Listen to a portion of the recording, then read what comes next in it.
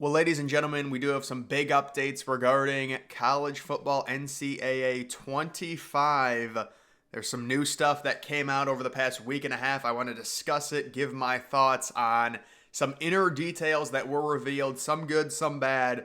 But first, let's go over the, new thing that came out a few days ago, the tier rankings. And honestly, it's just kind of interesting to see how they seeded these schools in terms of tiers.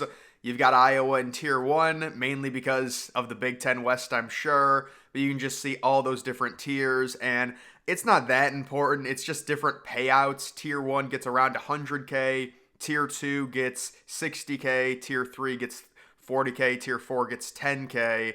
But you can see the Tier 1 points. So they've got Bama, Ohio State, and Clemson, who honestly, the past decade, I would say, yeah, those are the three top dogs. You could argue, well, Georgia has 2 national titles, Ohio State only has 1, but Georgia also, before Kirby Smart, was not on that elite standard. You do have Notre Dame, Oklahoma, and Georgia, and then LSU and Michigan sharing a spot there, along with Oregon, Oklahoma State, Penn State, Utah, and Iowa. I would imagine it's just based off of wins, honestly, but I just thought that was kind of interesting to see in terms of how they did that with the top programs.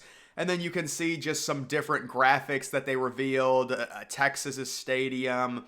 The last time we saw Texas's stadium was in NCAA 14. That was before the major stadium renovation. And speaking of stadium renovations, they will apparently have both of the Vanderbilt end zones, the new end zones, the renovated end zones in NCAA 25, which makes sense because it's something they would have had to add in the next year's version of the game anyways. So that's also going to be in there. You can also see here another leak. That looks really nice. The helmets, yeah, a lot of people like that. And then also some more graphics, just the upgraded Donovan Edwards in the trailer, which was released a little while ago. And then this was the major stuff that I really want to talk about as it pertains to the game. No crossplay for Online Dynasty, no mascot mode. I know people were mad about no mascot mode, but it was such an obscure thing. Barely anyone played it. I really don't have a problem with them not including mascot mode. I feel like it's something people play one time and then they never touch again. And it was just kind of like a meme thing. That's why people liked it, but they really didn't play it. That's my opinion on mascot mode. Game will play much faster than Madden. Yeah, they're really trying to differentiate this game from Madden. Helmets may get knocked off. People really liked that. No BCS option for Dynasty. You can see, well, I would imagine there's going to be custom playoffs and things like that. BCS, I'm sure some people are angry. They love the BCS branding, the 1v2 matchup every year. It would be kind of cool to do, but I don't understand. If you can customize the playoff, can't you customize it to make it only 2 teams, which would be de facto BCS? I don't know. And then I would imagine you can customize the playoff to possibly include like a 24-team playoff, maybe a 48-team playoff. I hope they make it really customizable when it comes to how big the playoff can be, because you could do a lot of cool things when you've got a bigger playoff and include a ton of different teams. Custom playbooks, gameplay footage soon. No ESPN license for scoreboard. And see, this is where the big issue comes into play. Now, I don't know if they can maybe do a copy of ESPN scoreboard or maybe get CBS's scoreboard or something. What they can't do is do what they did with Madden, which is make their own dinky scoreboard, which just ruins the presentation. So my hope is that they still are able to use a scoreboard, whether it's from Fox, whether it's from CBS, whether it's a ripoff version of ESPN. You cannot do the crap, make your own dinky scoreboard that completely ruins the presentation of the game. Because the scoreboard is on the screen, 95% of the time when you're playing. You need to try and make it realistic and copy one of the TV scoreboards, in my opinion. That's a big issue. I'm guessing ESPN was asking for a lot of money. They didn't want to pay it, but that's a big problem. There will be a ticker at the bottom of the screen. So that's just basically, it shows you the other scores. It's a cool feature. That's what they had in NCAA 14, where, you can see the different scores at the bottom, makes it realistic. I would imagine they would use something similar like ESPN's bottom line. 5-star players feel completely different than 2-star players. Well, I would hope, but I would imagine it's like night and day in terms of 5-star players versus 2-star players.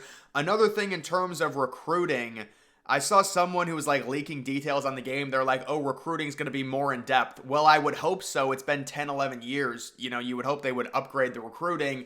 I hope they try and make the recruiting as realistic as possible. Maybe partner with 247 Sports, On3. I know those are like the two big ones. I guess Rivals as well, but either one of those, like 247 Sports, use their composite. It would be cool to see something like that. Try and make it as realistic as possible to where you can see the top players, where they're ranked, things like that, and it actually looks like the 247 composite rankings. I don't know what they're going to do with that, but I would imagine the recruiting, there needs to be a big emphasis on that, especially when it comes to building a bad Power 4 school, a group of 5 school, possibly getting your first 5-star. That's always a fun moment, things like that. So I hope they do put a big emphasis on recruiting. Imagine if they did do like recruiting rankings updates and your 5-star became a 4-star. That would be pretty funny. And then way more equipment than Madden. Again, they're trying to, you say, oh, this is really different than Madden. And the idea that it would play faster makes sense when you look at college football. There's more points scored, so it's understandable. And just kind of as a big picture thing on this game, looking at all of this stuff, it's basically impossible for this game to fail, considering we're comparing it with NCAA 14. I know they had different versions of college football revamped, but obviously this game is going to be very successful pretty much no matter what. Now, certainly looking back, once you get like 2 or 3 years down the road, it might change, but immediately pretty much everyone, I'm sure, is going to love this game, because it's just, this is the first time we're getting a legitimate EA NCAA game with players, actual players, to where, they did the whole NIL thing. They gave the players $600 or maybe $500 in the game, whatever it was, and all of the players are going to be in the game. I will say, when it comes to recruiting, obviously, a lot of those kids are still in high school. I'm guessing you're going to be able to import recruiting classes. That would be the hope in terms of like 2024, 2025, and 2026, because they've got rankings going maybe all the way to 2027. But that's going to be another big thing. It's kind of like with basketball and 2K being able to import the next draft class. It's basically the same thing, but it's a recruiting class of high school kids, the real high school players, and they would all have, a certain ranking that would kind of match their real life ranking. That would be super realistic, and hopefully that happens. And someone also said maybe they'll have a stadium builder. I know MLB The Show has a stadium builder. The problem with MLB The Show's stadium builder, it just looks bad. I'm sorry. I don't know what it is. When it comes to something like that, I would say it's got to be its own game. The only thing I can see them doing is like, you can pick your renovation. Like, because I know a lot of teams renovate behind their end zones. So it would be cool if you could like be offered like 6 or 7 different end zone renovation designs, and you got to pick which one. Like, you could put different things there. I know Texas Tech is getting a renovation to their end zone. They're doing something. They've got like these brick arches. It looks really nice. It'd be cool to do something like that. And then when it comes to like being able to get a new stadium, I mean, we know what Madden did. They've basically had the same generic 5 stadiums since like Madden 12. It's been forever, and I would imagine they're going to do something probably similar when it comes to, let's say you build up Army, and now Army's this super powerhouse, and you want to get a new stadium with a capacity of 95K or 100K. There might be a few different generic options for you to choose from in terms of getting a new stadium and stuff like that and making it realistic. And then I would say, yeah, I agree. Everyone talks about the deluxe version being the better cover than the standard one. It just looks cleaner. You've got more players involved. I don't know about Donovan Edwards being front and center, but it is a better cover overall. Either way, guys, that is going to do it for this video. Make sure you follow me on X. Link to that's always in the description.